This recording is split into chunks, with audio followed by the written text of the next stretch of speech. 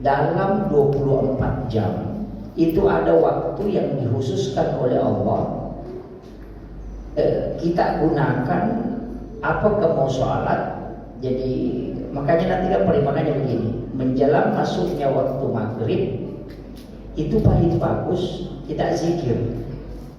Antara maghrib dengan isya seperti ini itu bukan zikir.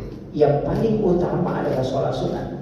Makanya antara maghrib dengan isya ini ada 2 sholat sunat. Yang pertama adalah sholat sunat awwabin yang 6 rakaat itu. Yang Rasulullah mengatakan siapa yang mengerjakan 6 rakaat sholat sunnah sesudah sholat maghrib, maka itu pahalanya sama dengan melaksanakan sholat sunnah 12 tahun lamanya, dan diampuni dosa selama 50 tahun. Sehingga sholat ini selain disebut awwabin juga disebut sholat sunnah taubat. Orang kadang tanya apa bedanya? Sebenarnya tidak ada. Karena fungsinya lah sholat ini sehingga 2 namanya. Dikatakan awwabin karena orang yang kembali, karena seharian kita bekerja mungkin di kantor, di pasar, kerja dunia, urus dunia. Maka maghrib dengan isya ini dengan waktu yang tidak cukup 1 jam inilah kita disuruh kembali kepada Allah. Lepaskan dulu dunia, tinggalkan di masjid, kemudian bermunajat dengan melaksanakan sholat. Karena seharian kau gunakan waktu untuk dunia, maka untuk akhiratmu khususkan. Makanya disebut awwabin, orang yang kembali itu. Kenapa disebut juga sholat sunat taubat? Karena mengampuni dosa selama 50 tahun.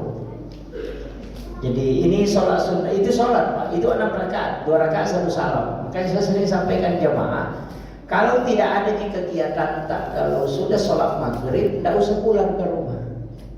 Walaupun sholat ini bisa dikerjakan di rumah, tapi kalau saya di masjid lah, kerjakan di masjid. Jadi selesai sholat sunat maghrib, kita berdiri melaksanakan sholat 6 rakaat, 2 rakaat 1 salam. Baca surahnya kita pilih aja mana yang. Cuma kalau kita ambil dalam kitab-kitab hikmah bahwasanya surah yang kita baca itu juga menentukan kehidupan. Makanya kalau kita cari rezeki, yang paling tidak kita membaca Alam Nasr. Di bacaan surah itu Alam Nasr dengan Inna A'tainakal Kautsar, atau Alam Nasr dengan surah Al-Ikhlas. Jangan baca Tabbat Yada, itu azab itu. Ulama-ulama kita itu dari dulu dalam ilmu hikmah itu sudah membagi itu. Nah, itu untuk kemudian sholat yang kedua ada namanya sholat sunnah mutlaqah yang 20 rakaat, tapi ini jarang kerjakan Pak. Di Jawa itu ada beberapa pondok pesantren yang masih melanggengkan. Jadi antara maghrib dengan isya sholat sunnah 20 rakaat. Itu 2 rakaat 1 salam. Itu Rasulullah mengatakan siapa yang mengerjakan 20 rakaat sholat antara maghrib dengan isya itu sholat sunnah mutlaqah, itu banallahu lahu baitan fil jannah, dibangunkan istana di dalam surga. Makanya antara maghrib dengan isya ini sebenarnya adalah waktu untuk sholat. Nanti sepertiga malam, itu sudah bisa juga kita sholat tahajud. Makanya kan waktu dikhususkan. Jadi sebenarnya ibadah itu memang ada yang digariskan oleh Allah bahwa kau datang kepada aku di saat ini. Kemudian setelah sepertiga malam itu nanti ada menjelang subuh yang disebut dengan wabil azhari hum yastaghfirun, di waktu sahara. Itu kita diminta oleh Allah untuk beristighfar. Makanya di situ bisa sholat sunat taubat atau bisa istighfar. Jadi itu waktunya sebentar sekali, sekitar 10 menit lah. Makanya kita mengatakan makan sahur, karena makan di waktu sahara. Itu sedikit sekali waktu di situ, tapi itu Allah yang minta. Wabil azhari hum yastaghfirun, dan di waktu sahara hendaknya kalian beristighfar. Jadi kalau kita mau betul-betul bertaubat, gunakan sebelum subuh. Itu waktu istimewa untuk bertaubat, karena Allah yang minta. Begitu. Sama aja dengan Pak Bupati, kalau dia yang minta kita datang ambil bantuan, pasti dikasih. Kalau kita yang datang minta belum tentu dikasih. Nah begitu. Jadi ada waktu yang Allah tentukan, dia yang minta kita datang. Makanya kita datang pada saat dia minta. Kapan dia minta kita? Di waktu sahara.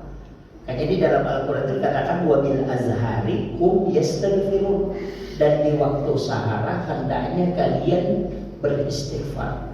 Seakan-akan Allah itu bilang begini, wahai hambaku, bangunlah, ambil air wudhu, kemudian kau berdialoglah dengan aku sejenak, kemudian kau minta ampunlah kepada aku, maka pasti aku ampuni. Karena di waktu itu aku menunggu. Jadi Allah yang menunggu kita itu, bayangkan. Karena Allah yang memanggil kita. Nah, sesudah sholat subuh itu juga waktu, tapi waktu ini bukan waktu sholat. Kita dilarang sholat di situ, Pak.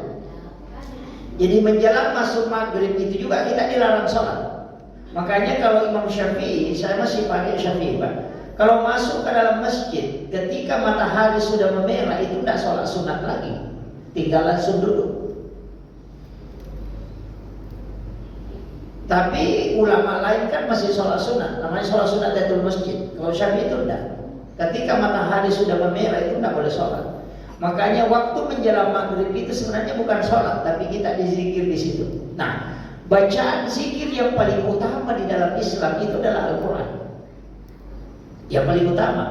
Karena di sebagian ulama kita mengatakan kalau baca zikir tidak tahu artinya itu tidak dapat fadilahnya. Itu kalau sebagian ulama. Tapi kalau baca Al-Quran tidak tahu artinya pun itu dapat. Itu bedanya Al-Quran dengan zikir biasa. Makanya ulama kita itu menganjurkan, kalau saya terus terang itu di kitab Tawaqatus Syadidatul Kubra, kalau menjelang maghrib itu sekitar 7 menit sebelum masuk waktu maghrib, saya itu membaca 4 surah. Yang pertama adalah Wasyams, kemudian yang kedua adalah Wal-Lail, yang ketiga Qul A'udzu Falaq, dan yang keempat adalah Qul A'udzu Nas. Saya mengajak jamaah amalkan ini. Jadi ketika matahari sudah memerah, itu sekitar 7 menit lah sebelum maghrib, masuk ke masjid, baca 4 surah ini. Itu disebutkan di dalam kitab-kitab para ulama, dan itu masyhur bahwa siapa yang membaca 4 surah ini maka rezekinya itu seperti air hujan, tidak terputus. Jadi kalau mau dimurahkan rezekinya dan rezeki itu berjalan terus. Kadang kan orang bulan ini agak bagus rezekinya, bulan depan susah lagi, begitu. Makanya kalau mau rezekinya seperti air hujan mengalir terus itu, maka amalkan 4 surah ini. Jadi Wasyams, Wal-Lail, Qul A'udzu Falaq, dan Qul A'udzu Nas. Itu 4 surah dibaca. Makanya kalau masuk masjid langsung ambil Al-Quran, baca. Nah cuma masalahnya kan kita anak-anak muda sekarang, ya kalau mau tenggelam matahari justru masih selfie. Subset katanya. Itu. Padahal Rasulullah kan menyuruh anak-anak kita masuk. Makanya anak-anak kita itu tidak boleh bermain ketika sambil matahari tenggelam. Oh jangan. Itu nanti terpengaruh dengan gangguan jin. Nah, anak-anak kita itu kan, makanya Rasulullah itu mengatakan suruh anak-anakmu masuk ke dalam rumah, tutup rumahmu, kunci jendela. Gitu. Makanya di dalam kitabnya Imam Sarmuji itu, dalam kitab Ta'lim bahwa salah satu cara untuk membuat keluarga kita terjaga supaya tidak diganggu oleh makhluk seperti jin itu, makhluk halus, yaitu jangan biarkan dia bermain di waktu menjelang maghrib. Kemudian waktu sesudah sholat subuh itu juga zikir di situ, bukan sholat. Makanya dilarang sholat di situ. Kecuali nanti ada sholat itu ketika masuk waktu suruh. Nah, makanya kalau tapi itu tidak boleh ditinggalkan masjid. Kalau kita sudah sholat subuh berjamaah, jangan tinggalkan masjid. Boleh keluar dari masjid, yang penting kepentingan kayak buang hajat, buang air kecil, buang air besar. Sudah itu berwudu masuk kembali. Itu sholat sunnah isyraq itu di waktu suruh itu nilai pahalanya itu jarang sholat menyamainya. Rasulullah mengatakan 2 rakaat sholat sunnah isyraq itu sama pahalanya ketika engkau melaksanakan ibadah haji dan umrah bersamaku 3 kali. Tamat, sempurna kata Nabi. Seandainya itu mau diuangkan, Pak, orang naik haji sekarang, Pak, tadi 80 juta, 80 kali 3, tambah umrah 30 juta. kali 3, oh itu tidak usah ratusan juta. Panitia saja tulis baliho di luar, siapa yang datang sholat subuh tinggal sholat sunnah isya dikasih 1.000 satu sak, insya Allah masjid ini penuh Pak.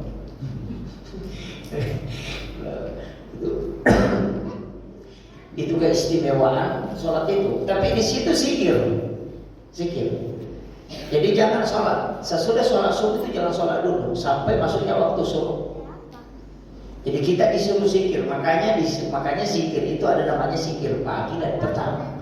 Kalau petang itu sudah asar, makanya tidak ada sholat sunnah sesudah asar itu, karena di situ semuanya zikir sampai masuknya waktu maghrib. Pagi itu sesudah sholat subuh hingga masuk waktu duha, di situ zikir, bukan sholat. Nah, itu kan di situ. Jadi Allah itu sebenarnya sudah bagi Pak, sudah bagi waktu. Makanya di situ juga tempatnya orang sedekah, itu sedekah subuh, kan di situ. Makanya kalau kita orang sibuk yang tidak bisa duduk zikir ya sedekah aja, baru tinggalkan masjid, begitu kan. Makanya amalan-amalan kita itu tergantung. Kita tidak mampu duduk zikir karena mungkin bekerja di kantor, iya sedekah. Bagi yang bisa duduk berzikir silahkan. Bagi yang tidak bisa duduk berzikir, bisa zikir sambil jalan Pak. Karena zikir itu bukan hanya duduk, bisa jalan, bisa baring, bisa ini. Kenapa sedekah subuh istimewa? Karena itu sebenarnya gini, malaikat itu kan sudah turun dan belum kembali. Nanti siang baru dia kembali. Tugasnya malaikat itu Pak, on time. Kita kan ikuti jam. Kalau malaikat tidak ikut jam. Malaikat itu turun di sore hari, di waktu asar. Itu malaikat penjaga malam sudah turun. Malaikat penjaga siang itu kan masih ada. Ya begitu juga kalau subuh, malaikat penjaga siang sudah turun, sedangkan malaikat yang jaga di malam hari belum naik. Makanya ketemulah di subuh hari. Makanya sholat subuh itu disebut sholat yang disaksikan oleh para malaikat, karena memang dua kelompok malaikat yang menyaksikan, malaikat penjaga malam dan malaikat penjaga siang. Nah, malaikat penjaga malam ini nanti dia kembali ke langit kalau matahari sudah terbit. Makanya ulama kita selalu mengatakan jangan tinggalkan masjid sebelum malaikat kembali, supaya nanti dia melapor bahwa hambamu masih di dalam rumahmu sebelum saya kembali ke sini. Itu didoakan oleh malaikat. Dari situlah kenapa sedekah subuh itu istimewa, karena didoakan dua kelompok malaikat. Makanya kalau Bapak sedekah jam 10 itu rugi Pak, karena malaikatnya tinggal satu kelompok yang doakan. Dan itu setiap hari itu begitu, setiap 24, setiap pergantian, Senin begitu, Selasa begitu, malaikat setiap hari begitu. Makanya Bapak mestinya sedekah subuh setiap subuh. Jangan dikumpul, nanti tanggal 1 baru sedekah, langsung kasih 100.000, wah rugi Pak, karena malaikat itu seperti komputer. Kalau kita sedekah dia doakan, kalau tidak istirahat juga gitu. Begitu. Makanya kalau kita sedekah tanggal 1, malaikat bilang doakan. Besok istirahat, nanti tanggal 1 lagi baru kita doakan. Nah, itu rugi betul itu. Walaupun nilainya banyak, kalau didoakan sekali aja itu kan rugi. Makanya ulama kita mengatakan biar 2.000 rupiah yang penting rutin. Nah, itulah makna hadis Nabi. Amal yang paling disukai oleh Allah adalah yang istiqomah wa iqallah, walaupun sedikit. Kayaknya ulama kita dari dulu mengatakan biar 2.000 yang penting rutin. Itu kan supaya malaikat berdoa tuh. Kalau malaikat berdoa itu Bapak, itu tidak ada yang menghalangi, karena dia yang langsung komunikasi dengan Allah. Kalau kita yang berdoa masih banyak yang menghalangi. Marah sama istri kan doa terhijab. Kalau istri jengkel, makanya bapak ibu itu jaga sih jengkel istrinya. Suami-suami yang sering kasih jengkel istrinya itu susah rezekinya. Terus saya kasih tahu, ulama-ulama kita itu, saya punya beberapa guru, semua itu tunduk itu. Kayak Imam Nawawi itu mengatakan, bukan seorang ulama kalau belum dikuasai sama istrinya. Nah, itu. Kalau imam sudah takut sama istrinya, itu sudah doanya bisa mustajab itu. Keberkahan di situ Pak. Istri itu penting. Kenapa? Karena dia doanya 3 kali lebih cepat diijabah dibanding tidak sebenarnya. Banyak orang-orang hebat itu lihat istrinya. Soeharto kan hebat, tapi ketika Ibu Tin wafat habis dia.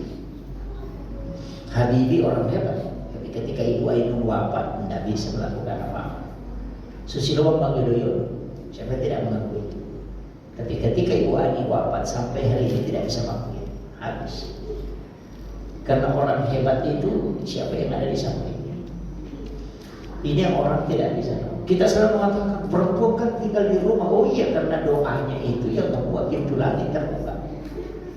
Laki-laki itu bekerja, istri itu berdoa. Makanya ada istri juga itu memang harus, kayaknya memang harus diganti, Pak. Maksud saya bukan menyalahkan ini. Yang selalu mengeluh tapi tidak berdoa, itu yang istri itu yang harus di ini. Karena senjatanya perempuan itu kan sebenarnya doa. Jangan mengeluh. Sering curhat di Facebook. Begitu. Aku menyesal. Buat. Jadi masalah. Padahal mestinya kau ambil air wudhu kemudian sujud. Karena engkau sebenarnya ditumpu oleh malaikat. Makanya kalau ada yang mengatakan suamiku tidak sholat, oh itu istrinya bodoh. Mestinya kau sholat, baru kau mintakan. Dia akan berubah itu, Pak. Dengan hidayah Allah itu dia akan berubah. Istri itu doanya luar biasa. Makanya ketika ada masalah di suami, minta istri berdoa. Cuma berdoanya istri kadang juga langka. Berdoa itu jangan selalu andalkan doa dengan mengangkat tangan. Jangan. Andalkan doa dengan sujud. Ini yang saya harus kasih tahu, Pak. Doa mengangkat tangan itu dengan doa di dalam sujud itu beda sekali. Kenapa semua ibadah itu, Pak, dipecah, istilahnya dipecah. Ada doa musafir, ada sholat sunnah musafir. Ada doa hajat, ada sholat sunnah hajat. Ada doa taubat, ada sholat sunnah taubat. Kenapa selalu ada begitu? Kenapa ada doa, ada sholat? Karena sama-sama tahu. Doa kan, sholat juga kan doa. Tapi orang tidak tahu kalau doa itu kan hari Kamis baru dilapor. Malaikat kan mencatat, melapor hari Kamis. Kalau sholat itu tidak menunggu hari Kamis. Kapan kau lakukan itu sudah komunikasi langsung. Nah begitu, sama aja dengan camat. Kalau dikasih proposal nanti akhir bulan melapor ke Pak Bupati. Kalau telepon Pak Bupati kan langsung. Enggak begitu.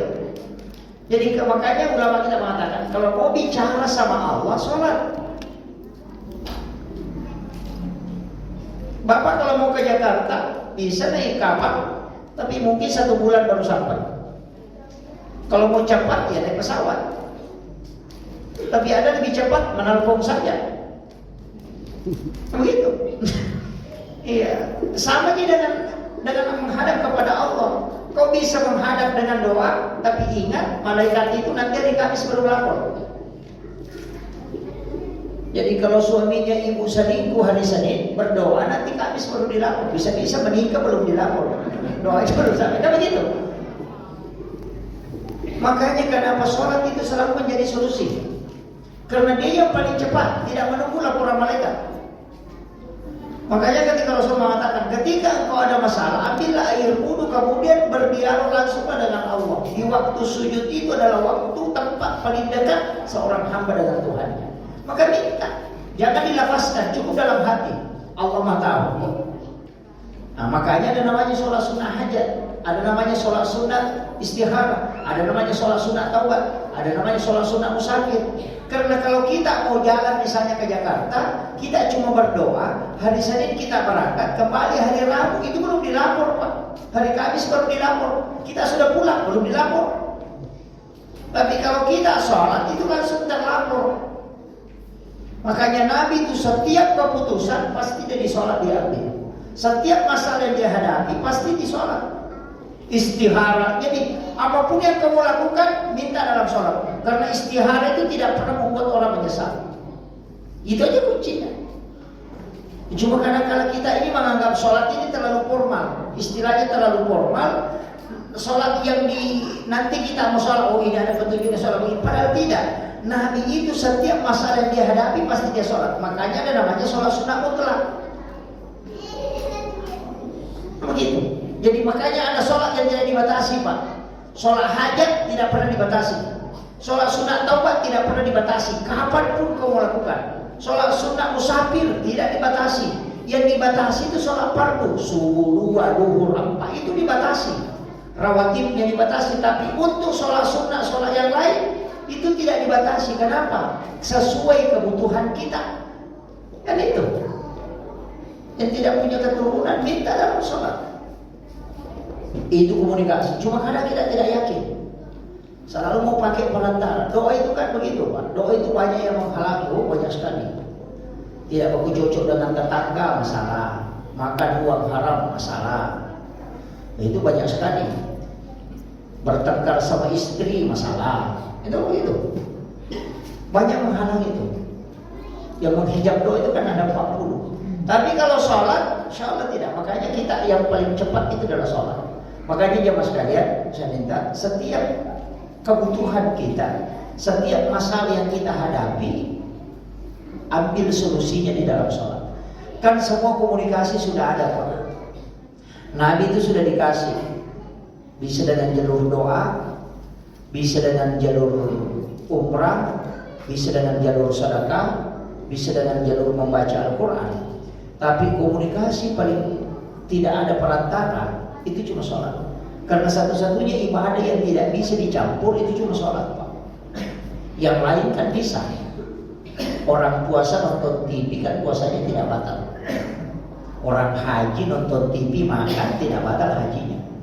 Tapi kalau orang sholat nonton TV pasti batal. Makan juga pasti batal. Bicara juga pasti batal.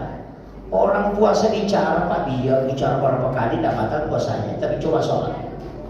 Orang puasa bisa menghadap ke timur, bisa menghadap ke selatan. Orang sholat itu tidak bisa, mesti menghadap ke kiblat. Dan tidak boleh kalau tidak menutup aurat. Dan dalam keadaan suci orang puasa batal wudunya tidak masalah. Makanya satu-satunya ibadah yang formal betul itu adalah sholat. Tidak bisa cuma dicampur. Makanya Allah memang memasukkan kita dalam genggamannya.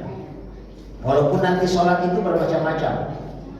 Jadi ada berbagai macam sholat itu, sholat sunat. Termasuk sholat ada yang istimewa itu, Pak. Termasuk sholat sunat witir. Saya mengkaji beberapa hadis tentang sholat. Saya selalu mengatakan sholat yang masih unggul itu sebenarnya sholat sunat witir. Itu masih unggul dari semua sholat yang ada. Sholat tahajud itu kita mengatakan unggul, ya unggul. Tapi tidak bisa mengalahkan sholat sunat witir. Karena witir itu istimewa betul. Sampai-sampai Rasulullah mengatakan janganlah engkau tidak berwitir walaupun 1 rakaat. Itu Rasulullah. Saking memintanya kita itu supaya witir. Jangan sekali-kali kau tidak berwitir kalau walaupun hanya 1 rakaat. Bahkan Rasulullah mengatakan siapa yang tidak berwitir falaisa minni, bukan golongan kami. Itu saking pentingnya witir ini. Cuma ini sholat sunat witir karena kita tidak perhatikan. Dianggap biasa. Makanya saya selalu kasih tahu jamaah itu kalau disidang. Kalau sudah sholat sunat isya langsung makin witir. Sudah sholat sunat isya langsung makin sholat witir. Kalau tidak bangun tahajud tidak masalah. Kalau bangun tahajud yang penting tidak mengulang witir. Karena yang tidak boleh itu berwitir 2 kali dalam 1 malam. Maka ada dalilnya Ustaz? Ada. Abu Hurairah kalau sudah sholat sunat isya langsung witir. Abu Hurairah itu kalau sudah sholat sunat isya langsung witir. Langsung ambil 3 rakaat. Rasulullah cuma mewasiatkan jangan melakukan witir 2 kali dalam 1 malam. Bukan ada orang keliru, Pak. Karena baca hadis saja itu melihat buku, tapi tidak ngaji ke ulama. Dia mengatakan witir itu kan penutup, Ustaz. Kalau sudah witir tidak boleh ada lagi sholat. Oh, itu menurut pendapat dia, bukan menurut hadis, Pak. Dia cuma baca hadis. Hadisnya sahih tapi pendapatnya tidak sahih.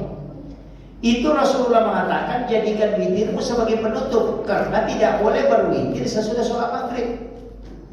Harus sesudah sholat isya. Makanya yang dimaksud ditutup di situ sholat fardu, bukan sholat sunat.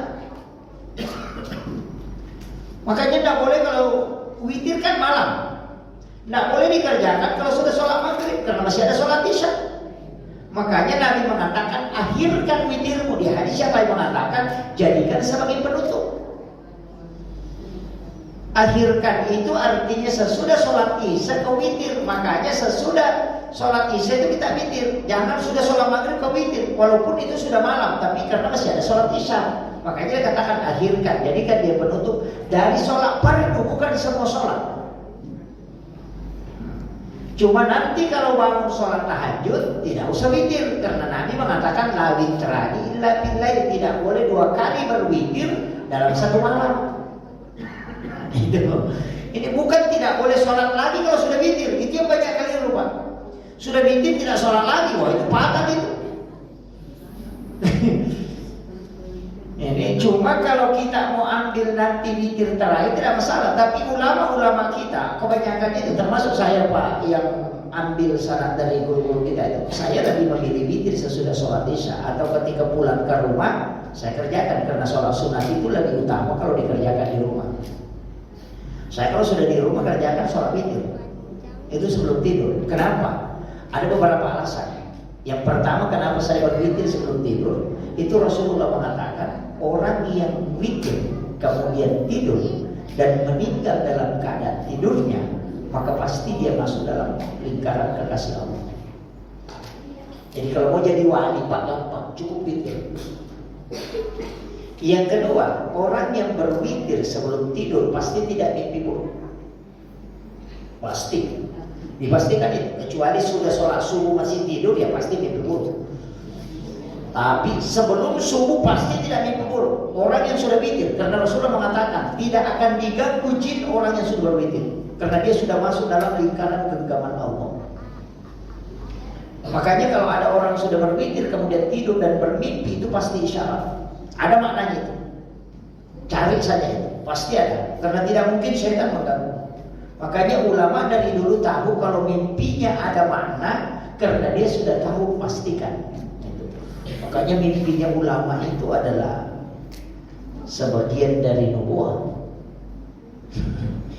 Itu karena witir Pak. Karena orang yang witir itu sudah dijaga oleh Allah, itu dibendung oleh malaikat. Oh, jin itu tidak bisa tembus. Makanya kalau ada ibu-ibu sering mimpi buruk, suruh witir saja seperti itu, tidak bakalan itu. Karena jin tidak bisa tembus itu. Karena itu dibentengi. Witir itu kan cuma kita witir itu selalu ambil yang simpel 3. Ada yang paling simpel lagi 1. Gitu. Witir itu kan ganjil 1, 3, 5, 7, 9. Cuma 9 rakaat, jarang orang yang kerjakan. Pernah witir 9 rakaat ya? Hah? Oh belum pernah. Kalau 7 belum pernah juga. Padahal witir 9 rakaat itu jalan pintas mimpi ketemu Rasulullah. 7 rakaat ada juga. 5 ada juga ya. 3 oh ya 3 ya. 1 oh ya. Biasa kalau witir di sini 21 ya. Atau langsung 3 21 ya. Oh, ya. Kalau 21 yang 2 rakaat itu niatnya apa? Hah? Apa niatnya 2 rakaat? Sorry. Jangan katakan witir. Jangan bilang sorry sholat sunnatul witir rakaat ini, malaikat pusing ini. Saya sengaja sholat ganjil 2 rakaat. Sorry sholat sunnatul witir rakaat ini kan biasa begitu. Saya sengaja sholat ganjil 2 rakaat. Mereka bilang ya, tidak ganjil kalau 2. Makanya orang pakai minal witri atau saful witir. Jadi usolli sholat sunat minal witri rakaat ini. Ada ma'al witri rakaat ini. Ada juga pakai saful witir. Jadi jangan bilang usolli sholat sunat witir. Oh itu patah itu. Kalau 3 cocok nih, karena ganjil. Usolli sholat sunat witir Selasa tadi cocok. Tapi kalau 2 jangan bilang witir. Hanya dipakai ma'al witri atau saful witir. Kalau pakai bahasa Arab, kalau bahasa Indonesia gampang. Saya sengaja sholat sunat bagian dari witir 2 rakaat karena Allah. Sudah. Beli gampang. Daripada pakai bahasa Arab bola-balik, cocok bikinnya apa? Pakai bahasa Indonesia saja. Niat itu kan bukan sholat. Niat itu bukan sholat, cuma dia syaratnya harus ada niat. Maka kenapa dikatakan bukan sholat? Karena dia tidak masuk di dalam sholat. Niat kan sebelum takbir. Sholat itu kan diawali dengan takbir, tutup dengan salam. Makanya Bapak kalau sebelum takbir itu berniat atau bersamaan dengan takbir, itu tidak masalah. Pakai bahasa Indonesia. Cuma kalau bersamaan takbir tidak boleh dilafazkan. Kalau sebelum takbir boleh dilafazkan. Kan ada orang yang takbir. Kalau Syafi'i kan begitu. Allah, pada saat mengucapkan oh, di situ dia berniat dalam hati. Yang katakan Allah, pada saat Allah, di situ dia usolli pada salat. Itu di situ. Jadi makanya istilahnya takbirnya bersamaan dengan niatnya. Tapi jangan pakai Pak kalau tidak lancar, nanti terlalu panjang A-nya. Allah, wah, karena baru usolli pada salat. Itu kan lama. Tapi kalau orang yang sudah nyambung itu enak. Cukup Allah pada saat di situ dihadapkan. Itulah namanya memasukkan niat dalam takbir. Kalau sebelum takbir berarti al-talafuz niat, melafazkan niat. Nah, pilih aja kita mau pilih yang mana. Kalau ini yang penting kita anukan, istilahnya pilih dari situ yang mana yang mudah. Nah, makanya sholat itu kan di situ takbir, salam. Salam itu sudah selesai. Kalau sudah salam, nggak bisa orang melakukan apa saja. Makanya orang kalau sudah salam mengusap muka, ada yang mengatakan bid'ah. Saya bilang kau tidak dapat hadisnya. Itu hadis. Mengusap muka sesudah sholat itu ada hadisnya. Dan itu ada doa. Imam kita tadi sempurna betul dalam masalah zikir. Itu penting itu. Sekarang kan banyak yang menyalahkan itu. Nggak ada dalil zikir sesudah sholat. Itu kan dia baca kitab bab sholat, bukan bab zikir. Ini kan, kok dia bilang nggak ada. Maka yang dia baca itu bab zikir, bab sholat. Seandainya dia baca bab zikir, dia akan temukan. Makanya kadang-kadang orang itu Pak menyalahkan kita karena dia tidak baca bab itu. Saya senang sekali itu kalau imamnya betul-betul lengkap zikirnya. Istighfar 3 kali, baru baca la ilaha illallah wahdahu la syarikalah 10 kali. Baru baca Allahumma ajirna minan nar, baru baca Allahumma antas salam, baca suratul Fatihah dan ayat kursi. Bahkan ada yang baca 2 ayat terakhir Quran suratul Baqarah. Itu luar biasa itu. Zikirnya subhanallah 33, alhamdulillah 33, Allahu akbar 34 itu dengan Allahu akbar kabir. Orang mengatakan ini kan zikir Pak Ustaz. Iya, biar kau tidak baca, tapi kau rugi. Kenapa? Istighfar 3 kali kan karena dosanya orang sholat. Kita itu sholat Pak berdosa. Jadi jangan katakan saya sudah sholat sudah tidak ada dosa. Oh tidak. Satu-satunya ibadah perlakuan yang tidak ada dosanya itu cuma tidur. Orang mengaji Pak bisa berdosa ketika salah baca. Orang sholat itu bisa berdosa kapan? Ingatannya tidak kepada Allah. Yang kedua bacaannya tidak sempurna. Yang ketiga gerakannya tidak sempurna. Makanya 3 dosanya. Makanya disuruh istighfar 3 kali sesudah sholat. Karena 3 kesalahan. Ingatan, kehusyuan, gerakan. Kemudian yang ketiga adalah bacaan. Tidak ada orang sempurna Pak. Baca Fatihah alhamdulillah. Kalau bilang alhamdulillah itu Pak segala puji. Kalau bilang alhamdulillah segala amarah Allah. Oh itu patah itu. Ihdinas syirata dengan ihdinas syirata itu kan beda. Kalau ihdinas syirata tunjuki kami jalan yang lurus. Kalau ihdinas syirata tunjuki kami ujung pedang yang kunci. Itu patah itu. Makanya imam itu Pak berat. Ya, ada juga orang sembarang maju jadi imam itu. Mentang-mentang sudah belajar ngaji langsung maju jalan. Saya itu disuruh imam pada berani. Cuma saya itu selalu cari tempat yang khusus. Makanya kalau di belakang imam ambil sebelah kanan. Disuruh geser saya tidak mau itu. Kenapa sebelah kanan itu asal yamin itu didoakan malaikat. Jadi jangan Bapak kira bahwa dia di samping pertama itu istimewa. Iya istimewa, tapi ada yang lebih istimewa yang sebelah kanan. Karena itu didoakan oleh malaikat. Yang sebelah kiri nih Pak, itu tetap didoakan tapi tidak sama. Tapi tidak bisa dipakai itu nanti imamnya. Nanti jemaahnya di sana semua kosong di sini. Tidak bisa dipakai itu. Itu masalah itu. Tapi kalau istimewanya itu kan sebenarnya 7 orang sini. Itu yang istimewa. 1 di tengah, 6 ke kanan, 6 ke kiri. Itu yang istimewa itu. 7 orang itu. Oh, itu tempat istimewa itu. Makanya saya selalu ambil kanan. Kalau masuk, itu jarang ambil kiri. Karena itu yang didoakan ashabul yamin. Makanya tidak bisa dipakai betul itu Pak, karena kalau dipakai nanti imamnya disuruh di sana disimpan. Ini sudah masuk Isya ya? Iya, sudah ya. Ya.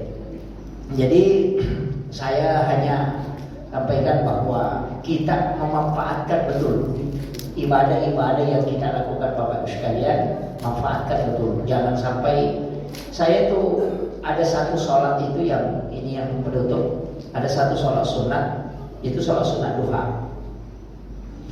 Usahakan lakukan walaupun hanya sekali seumur hidup. Sholat sunat duha itu di awal waktu, rakaat pertama sesudah Fatihah membaca ayat kursi 10 kali. Rakaat kedua sesudah Fatihah baca surah Al-Ikhlas 10 kali. Walaupun sekali kita lakukan seumur hidup, namun cicit kita pilih selama kehidupan. Itu hadis marfu, itu dari Anas bin Malik, itu sahih.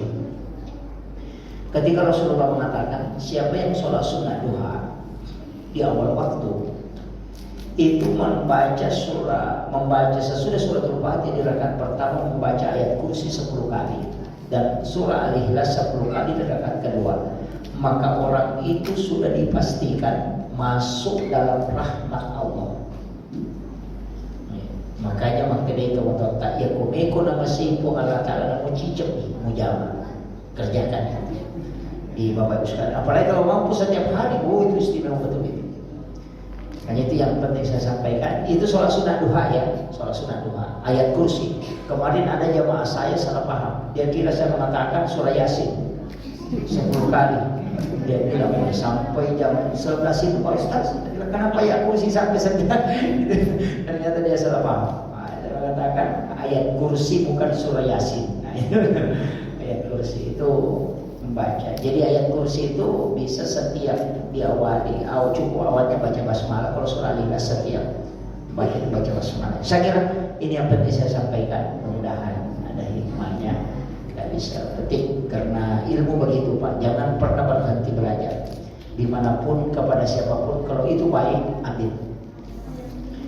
Tapi siapapun dan kepada siapapun ketika tidak baik jangan ambil. Kadang kita memilih-milih. Kalau ada orang tidak sholat kita tidak mau ambil ilmunya, jangan. Tetap ambil ilmunya, jangan ikuti tidak sholatnya. Itu yang penting. Jangan katakan, tidak sholat, saya tidak mau ambil ilmunya. Tidak, kebaikan itu dimanapun berada tetap baik. Hatta yaumil qiyamah. Tapi keburukan itu tetap buruk walaupun dia ada di ustaz. Yang katakan ustaz semua ucapannya sudah jangan. Kalau dia buruk jangan ambil Pak. Ayam saja kan begitu, telurnya sama-sama telur tapi ada telur musuh. Ampor, jangan ambil itu. Yang bagus saja kita ambil. Gak begitu. Ini yang penting saya sampaikan. Kadang-kadang kalau orang mengkultuskan ulama, semua diikuti. Padahal dari dulu kita mengatakan yang masuk itu cuma Rasulullah. Selain itu tidak. Makanya kalau ada hal yang tidak baik dari saya, jangan ambil. Yang baik saja diambil. Kalau ada pun baik dari orang yang kita lihat pemain judi, tapi ada kebaikan di situ ambil. Karena dia kebaikan selamanya sampai berkiamat. Tidak pernah bercampur. Baik dengan buruk itu tidak pernah bercampur.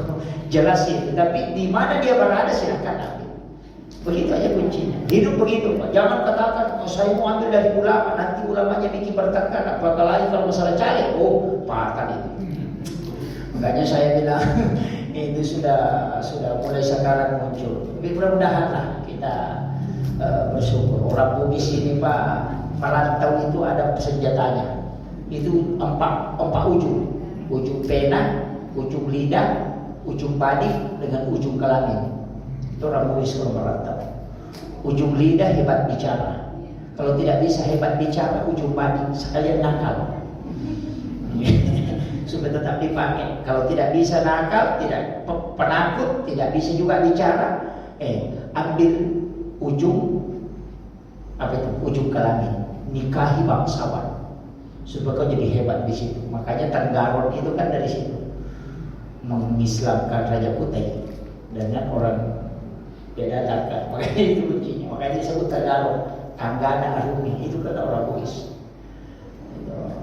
Makanya orang Bugis kan begitu pintar itu. Ujung pele itu dengan menulis, makanya orang Bugis itu terkenal dengan tulisan. Makanya Lagaligo itu kan adalah lontar terpanjang seluruh dunia, itu kan orang Bugis. Ini yang saya sampaikan, bahwa Bugis ini itulah disebut dengan Sunda Papa. Bugis itu semua, cuma tidak bisa perlu panjang. Akhirul kalam, Allahumma biqil aqwam. Assalamualaikum warahmatullahi wabarakatuh.